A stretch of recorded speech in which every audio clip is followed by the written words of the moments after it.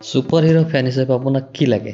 এনেকুৱা এখন চিনেমা য'ত ভৰপূৰ একশ্যন থাকিব লাগে, চিম্পল ষ্টৰী লাইন আৰু ভাল VFX। ব্লেক এডামত আপুনি এই সকলোখিনি পাব। এণ্টাৰটেইনমেণ্টৰ ক্ষেত্ৰত ই এখন ধুনীয়া চিনেমা। আপোনালোকে যাই হলত চাব পাৰে। চিনেমাখনৰ ষ্টৰী আৰম্ভ হয় ৫,০০০ বছৰ আগত খান্দাক নামৰ ঠাই এখনৰ পৰা আৰু তাতে আমি ব্লেক এডামৰ বেক ষ্টৰী জানিবলৈ পাওঁ। কেনেকৈ ব্লেক এডামে নিজৰ শক্তিবোৰ পাইছিল। তাৰ পিছত দেখা হয় ৫,০০০ বছৰ আজিৰ সময়খিনি।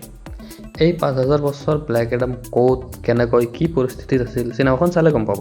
যিকোনো চিনেমা এখন বনালে তাৰ ভাল আৰু বেয়া দিশ দুয়োটাই থাকে। আজি আমি দুয়োটা দিশে ডিছকাছ কৰিম। ভাল বুলি ক'লে প্ৰথমে ক'ব লাগিব ইয়াৰ একশ্যন চিনসমূহ। প্ৰতিটো একশ্যন চিন বহুত বঢ়িয়াকৈ কৰিঅ'গ্ৰাফ কৰা হৈছে। যদি আপুনি একশ্যন চিন চাই ভাল পায় তেন্তে এইখন আপোনাৰ কাৰণে বনাইছে। 10 মিনিট মূৰে মূৰে আপুনি একশ্যন চাব পাৰিব। চিনেমাখনত কমেডিৰ এটা লাইট টোন আছে যি আপোনাক অলপ দেৰিকৈ হহুৱাই থাকিব। চিনেমাখনৰ VFXও যথেষ্ট ভাল হৈছে। ভিজুৱেল ইফেক্টছবোৰ পাৰফেক্টলি বনোৱা হৈছে আৰু আপোনাক ৰিয়েলিষ্টিক ফিল দিব।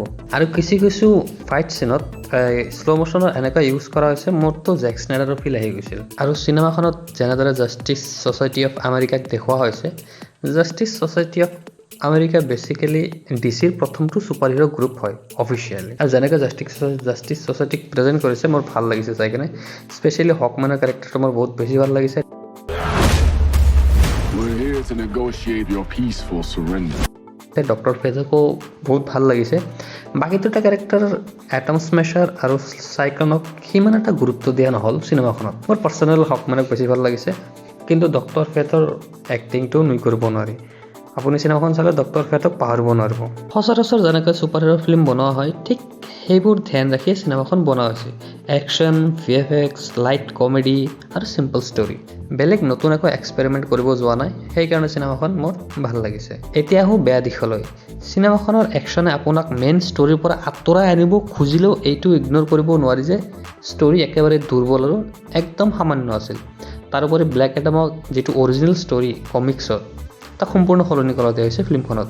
যিহেতু এইখন এখন কমিক বুক চিনেমা, তো ব্লেক এডাম কমিক বুকত ভিলেন থাকে, কিন্তু চিনেমাখনত প্ৰথমে ব্লেক এডামক এণ্টি হিৰো দেখুওৱা হৈছে, তাৰপিছত এই হিৰো ৰূপে উপস্থাপন কৰা হৈছে, যিটো মোৰ হজম নহ'ল এজ এ কমিক ফেন। আৰু জাষ্টিছ ছ'চাইটিৰ এটম স্মেশ্বাৰ আৰু চাইক্লনক বহুত গুৰুত্ব কম দিয়া যেন লাগিল মোৰ পাৰ্চনেলি। আৰু এটা বেয়া দিশ আছিল ইয়াৰ মেইন ভিলেনটো। চিনেমাখনত ক্লাইমেক্স নহ'লৈকে ভিলেন কোন মানে গমেই পোৱা নাছিলোঁ।